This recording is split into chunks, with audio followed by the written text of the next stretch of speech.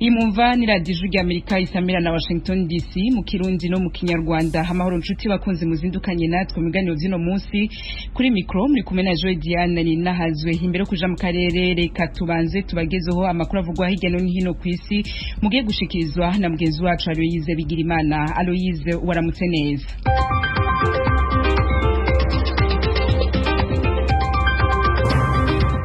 Mwaramutse Diane. Umushikiranganji wa Leta Zunze za Amerika ajejwe imigenderanire n'ayandi makungu Mike Pompeo ejo ku munsi wa mbere yarasavye umushikiranganji wa mbere wa Ethiopia Abiy Ahmed kurangiza imirwano agaragaza amakenga mu gihe ibitero bya gisirikare bisatira inteko z'intara ya Tigray. Pompeo mu kiganiro yagiranye na Abiy kuri telefone yasabye irangira ry'iyo ntambara no gutangura ibiganiro kugira urwo ruhagarara rurangire kuko byashikirijwe n'ubushikiranganji bwa Amerika bujejwe imigenderanire n'ayandi makungu. Pompeo yasabye ko abasivile bakingirwa ubwicanyi kandi asaba leta ya Ethiopia kubahiriza uburenganzira bw'abanyagihugu bo mu ntara ya Tigray hamwe n'amoko yose. Hano muri Amerika Perezida yatowe Joe Biden ejo ku munsi wa mbere yaragenye abategetsi bakuru bazohangana n'ibibazo by'ubutunzi bwasubijwe inyuma n'ikiza ca COVID-19. Muri bo harimwo Janet Yellen, umupfasoni wa mbere agiye kuzorongora ubushikiranganji bw'ikigega mu myaka 231 ubwo bushikiranganji bumaze bushinzwe. Haruhande yiwe Biden yaragenye Neera Tanden kuba umuyobozi w'ikigo kijejwe gutunganya ibikorwa vya leta hamwe n'amafaranga leta ikoresha. Uwundi yagenywe ni Wally Ademeyo, umutegetsi yanonosoye ivy'ubutunzi ngo azobicegera ca Janet Yellen. Biden kandi yaragenye umufasoni Cecilia Rouse wazomubere umukuru w'akanama k'abahanuzi mu by'ubutunzi muri White House. Abandi bagenywe babiri mu banonosoye ivy'ubutunzi ni Jared Bernstein hamwe na Heather Bushi kuzoba mu kanama kajejwe ivy'ubutunzi. Biden yavuze ko abo aribo bazotanga imfashanyo zihuta za mbere zijanye n'ubutunzi ku banyamerika muri iki gihe ca COVID-19 no gufasha kunagura ubutunzi bugasubira uko bwamye nka mbere. Abantu hafi 3,000 baratanguye gutahuka mu ngo zabo no mu mirima bataye muri leta ya Borno mu buraruko bushira ubuseruko bwa Nigeria ejo ku munsi wa mbere. Inyuma y'imyaka 6 bari bamaze mu buhungiro aho bahunze ubwicanyi bw'intagondwa z'abayisilamu. Bahungutse mu gihe mu mpera z'indwi irangiye abanyagihugu 43 bagandaguwe muri iyo ntara. Abategetsi kandi bavuga ko bafite impungenge ku bukene bw'ibifungurwa buterwa n'ibitero ku barimyi. Buramatari w'iyo ntara yasabye ko abanyagihugu bose hafi 2 miliyoni bahungiye hagati mu gihugu basubira mu mihana yabo n'aho amashirahamwe y'abagira neza ashikiriza impungenge z'umutekano wabo. Yavuze ko leta ataburyo bw'amafaranga ifise ko gukingira abo banyagihugu bari mu makambi acungerewe n'abasirikare ba leta kandi badakwiye kwama biteze ibifungurwa bahabwa n'abagira neza. Umutegetsi mukuru mu bijanye n'imigenderanire mu muryango umwe bwa Buraya ejo ku munsi wa mbere yavuze ko kwiyugaranira ko imbibe kw'ibihugu bigize uwo muryango atari yo nyishu yo kurwanya iterabwoba i Buraya. Komiseri w'ubumwe bwa Buraya Ylva Johansson yavuze kandi ko bishobora gusubiza inyuma ubutunzi kuri uyo mugabane bwasindikajwe n'ikiza ca COVID-19 bwariko burisuganya. Johansson ashikiye ko umwidegemvyo mu ruja n'uruza hagati y'ibihugu bigize akarere ka Schengen rutohagarikwa naho Ubufaransa n'ibindi bihugu byagabwemwo ibitero by'iterabwoba. Perezida Emmanuel Macron yasabye ko ako karere ka Schengen gafutwa. Ishiramwe mpuzamakungu riharanira uburenganzira bwa muntu Amnesty International risaba akanama kaoni kajejwe amahoro n'umutekano ku isi kugumizaho ibihano byo kugura ibirwanisho byafatiwe Sudani y'ubumanuko. Iryo shirahamwe rivuga ko ubwicanyi n'ayandi mabi nk'ivyaha byo mu ntambara ku basivile hiyongereye inshuro 4 mu mwaka naho hasinywe amasezerano y'amahoro n'ishingwa rya leta y'ubumwe mu kwezi kwa kabiri.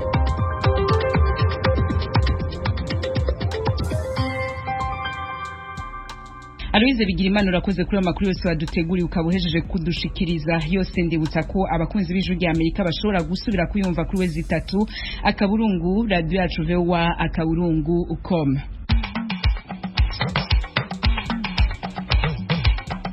Nongere ndabashimire inshuti bakunzi ko mbandanya kumviriza Ijwi rya Amerika mu Kirundi no mu Kinyarwanda. Ingingo nkuru z'amakuru avugwa mu karere k'ibiyaga bigari turafitiye muri kano gatondo.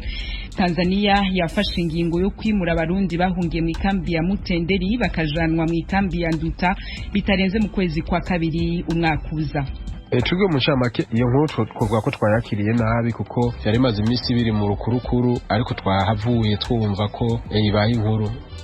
Ku by'ukuri byanguye nabi kuko iyi kambi tuba twarayimenyereye kandi ikindi guhamishwa mu yindi nkambi bidutera amakenga. Aba ni bamwe mu mpunzi z'abarundi bahungiye mu ikambi ya Mutenderi iri muri Tanzania bagaruka ku makenga yo kwimurirwa mu ikambi ya Nduta iri muri ico gihugu nyene. Mu Rwanda naho muri Makese ntare y'ibihugu vya Afrika y'ubuseruko yemeje ko ifatwa ry'inzu icurizwamwo UTC y'umunyarwanda Tribert Rujugiro itakurikije amategeko. Nyeneyo Rujugiro yakiriye gute iyo ngingo naza kuvyumva muri ano makuru sangwa ikaze.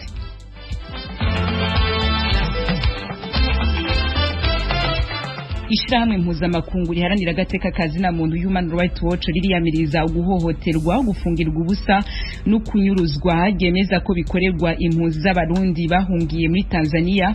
Ibi biri muri rapport y'amezi 10 yari maze imisi rikora mu makambi 3 y'abarundi ari muri Tanzania. Human Rights Watch ivuga ko ryasanze hari n'abakurwa mu makambi y'impunzi bakaja gufungirwa mu Burundi. Idonido na Pierre Claver Niyonkuru akoreje Ijwi rya Amerika i Kigali mu Rwanda. Ishami mpuzamakungu Human Rights Watch rigwanira agateka ka kiremwa muntu ribona ko agateka k'impunzi z'abarundi bahungiye mu gihugu ca Tanzania kabangamiwe.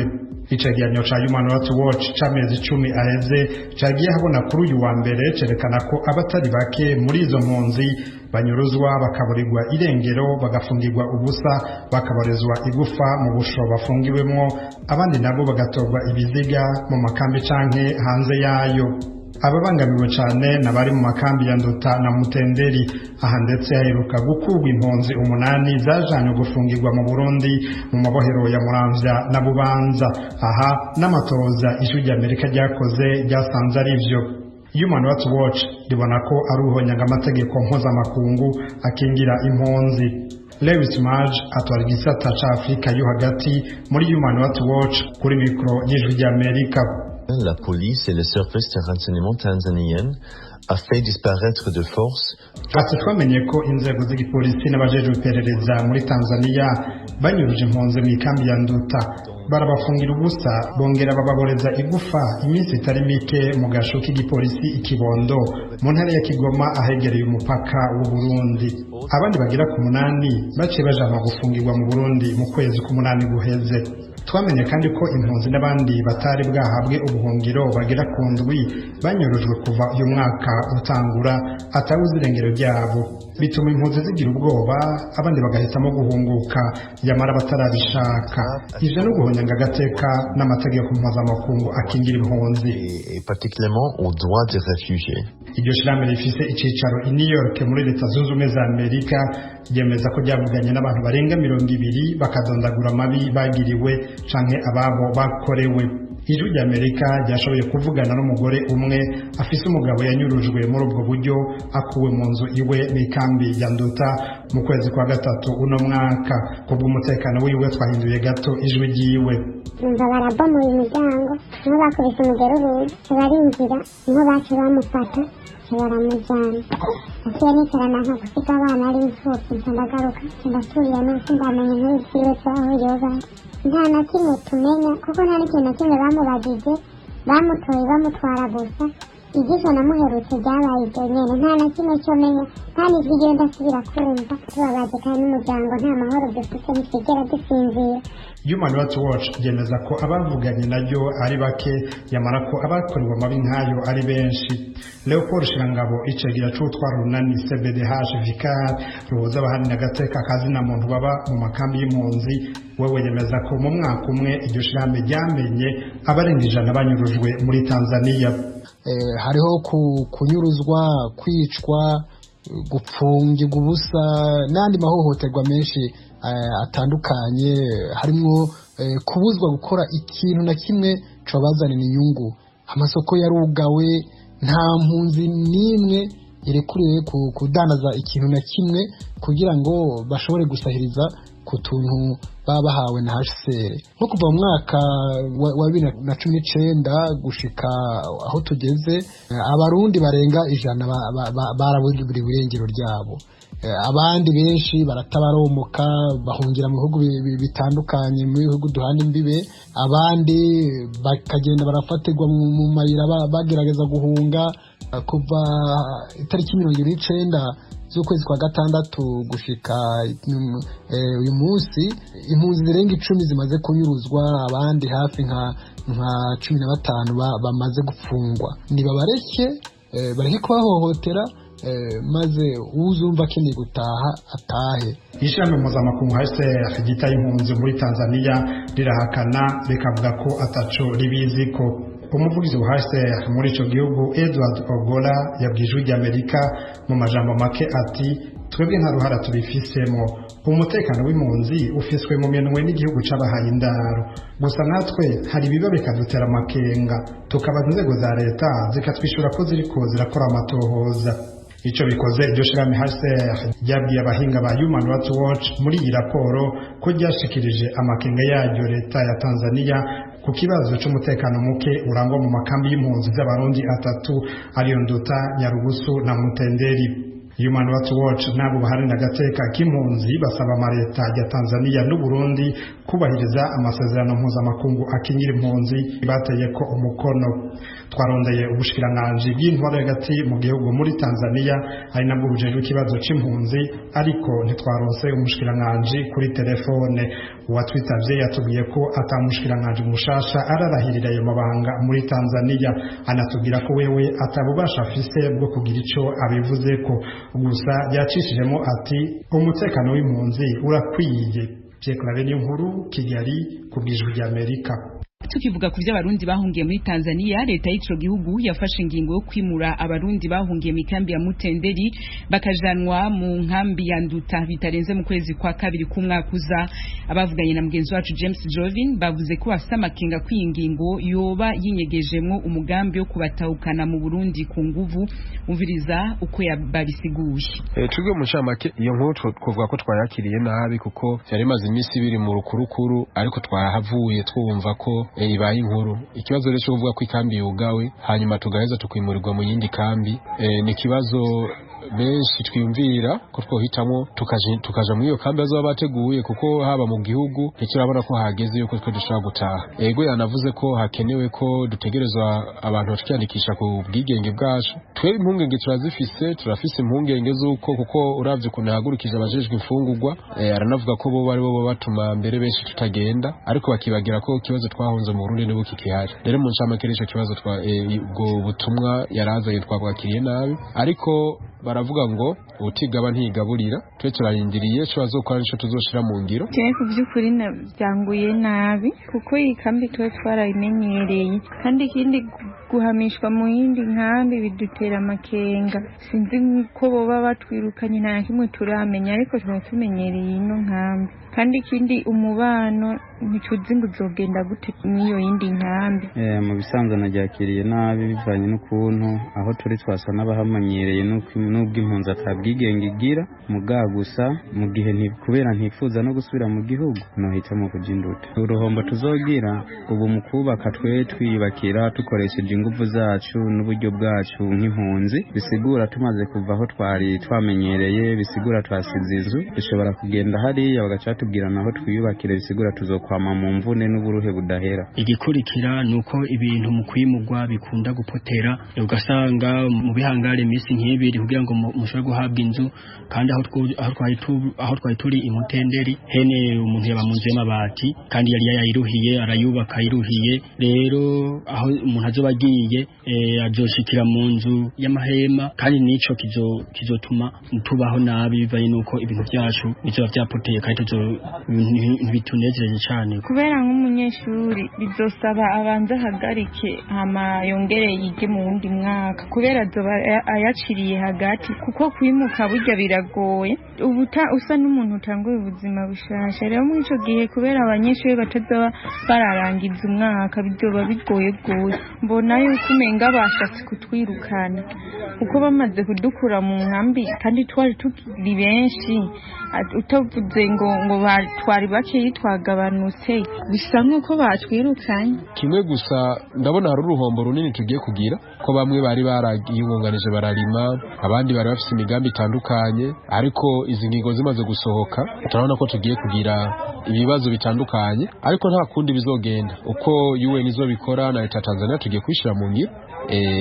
ariko ikibazo kusha mu Burundi kwere haracari bado turacarindiriye ariko nimba bo twimura aho dutwara hose bazagende bubahiriza agateka k'impunzi. Ijambo ryavuzwe nuko yavuze yuko umuntu aratubashimye kwimugwa yotaha biboneka neza yuko kwimugwa atari neza ku Barundi ahubwo ineza babagombera bo bipfuza yuko botaha batarinze kubimura rero bavuga ati umuntu atazuba yemeye gutaha no kuvuga no kwimugwa iryo yimugwa ntabwo rinezeje cyane ku mpunzi z'umutendere. Kuri izo ngingo bafashe amasaba leta ya Tanzania hamwe na UNHCR ari ijeje impunzi nuko bo kwicara bakaraba abafise ibibazo nkoramutima kandi byumvikana bakaraba uko babafasha bakabakorera nk'uko impunzi za kera zakorewe. Jeno saba ko bo turabira neza bino bintu bakabitunganya kuko ntituvyumva ukuntu byoba bimeze imbere yabyo ntayo turi. Nk'igisabo kuri leta ya Tanzania na UN zizwi impunzi twebwe abantu b'imutenderi bo tureka tukaba imutenderi kubera ko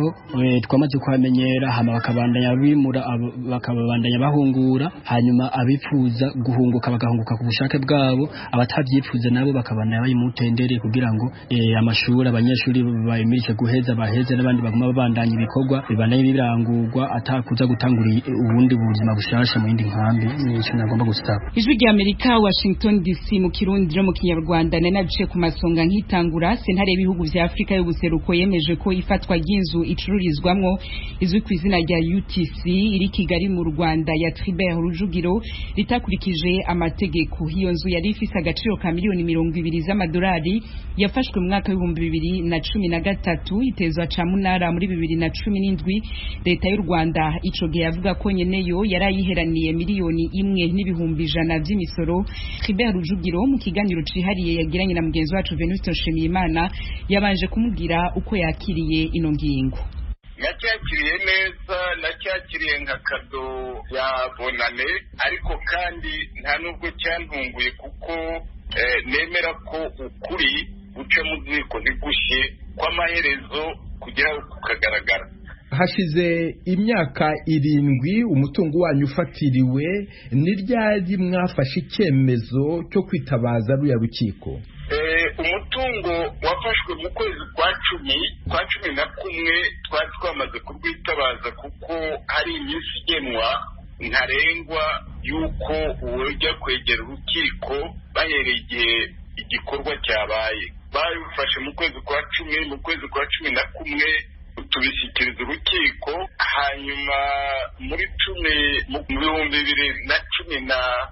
2017 tumenya ko bayigurishije nta nubwo babitumenyesheje nabwo turongera tubigeza mu rukiko rubyongeramo nicyo gituma wabonye ko nabiriya byo kugurisha bavuga yuko bitari bikurikiye amategeko. Leta y'u Rwanda biragaragara ko itemera ruriya rukiko iramutse idakurikije imyanzuro yafashwe na ruriya rukiko bizagenda bite?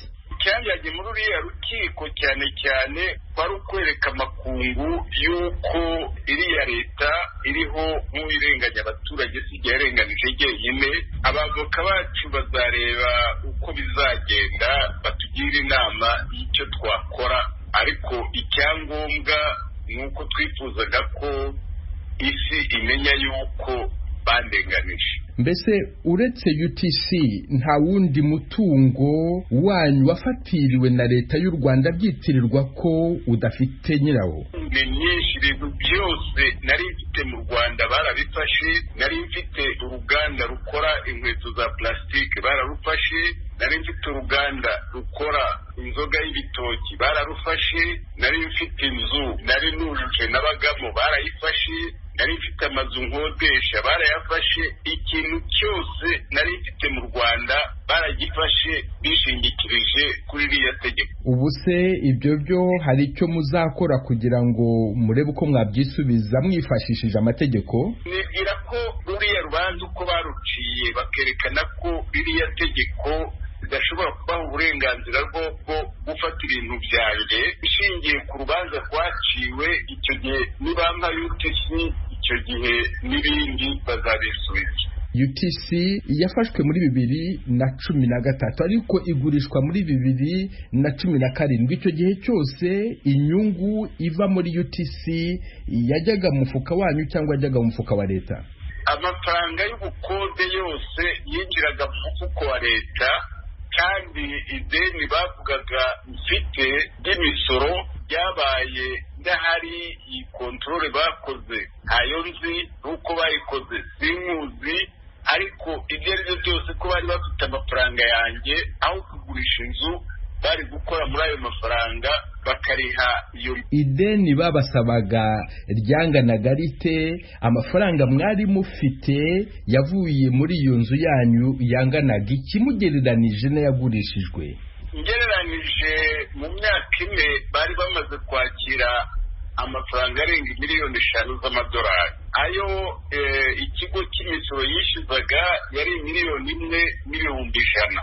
hanyuma abayiguze nabo ntabwo bizwi neza, ntabwo mfite inzira zo kubitahura, ariko bisa naho ari sosiyete yabo y'icyama yayiguze, ariko ibyo nta kimenyetso bifitiye, ni ibintu byo kureba. Bwana Rujugiro, urukiko rwanzuye ko muhabwa 500,000 by'amadolari by'indishyi y'akababaro, ndetse mugahabwa n'amafaranga yakiriwe mu gihe iyo nzu itari mu maboko yanyu, uhongeweho n'amafaranga iyo nzu yanyu yagurishijwe.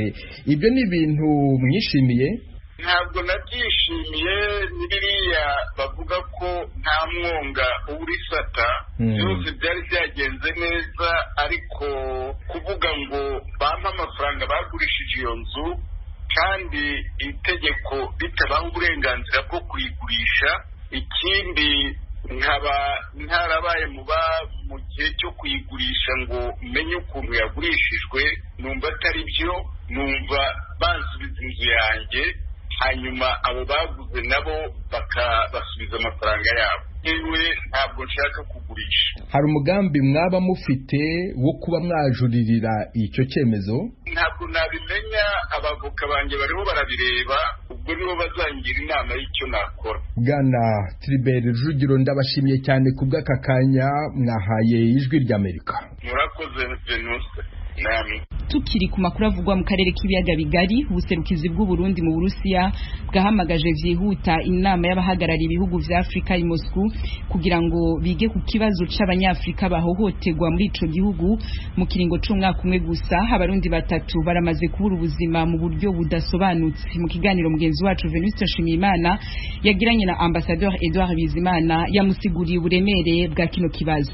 Ikibazo uko kiri nuko tumaze imisi tubona cyane cyane muri minota y'abarundi hari abanyeshuri babura ubuzima bwabo mu buryo butagaragara neza. Hanyuma twibajije yuko tubajije n'ahandi twumvise yuko umengo hari n'ibindi bihugu bibura abana babo. Hanyuma twe rero twaciye twibwira tuti byoba byiza dukoranye tukavugana tukaraba ingene byifashe, hanyuma tukaraba icyo twofata kugira ngo dushikirize abatwara kino gihugu icyo cyiyumviro cy'ingene abana bacu izo ngorane bafise, hanyuma nabo bakagerageza kuzitorera umuti kugira ngo imigenderanire isanzwe hari myiza n'ibihugu byacu bya Afurika hamwe n'iki gihugu itotosekazwa n'ubwo bugizi bwa nabi bw'abantu bamwe bamwe. Mwibaruwa mwanditse muravuga ko muri uyu mwaka wose hapfuye abarundi 3, abo babuze ubuzima bwabo byabagendekeye gute? Bose uravye bapfuye mu buryo butandukanye. Hari uwapfuye yagiye kuramutsa umugenzi wiwe, hanyuma atubwira ko yaciye aja ngo koga ngo ahantu bavuga yuko yavuye mu mazi aho hantu ngo yagiye koga mugabo twese twarashitse ku rubuga dusangana ahantu hadasanzwe hogwa kandi urumva uri umushitsi ushobora kugenda ahantu ugiye koga wenyene.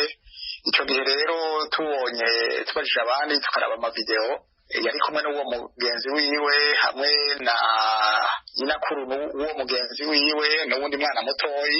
Hama ico gihe rero hari ahantu amazi yajya bakunda kuyora baza kuzimya nk'imiriro, ahantu n'ukuri hari hakorwa. Hanyuma ntiyari umushitsi, ntiyari kusiwe, yari kuja imbere ngo agiye koga ahantu, kandi ico gihe n'umwanya wo koga wari warahagaze kuko ino haragera igihe ibyo koga bigahagarara, kuja ku maplaje bigahagarara.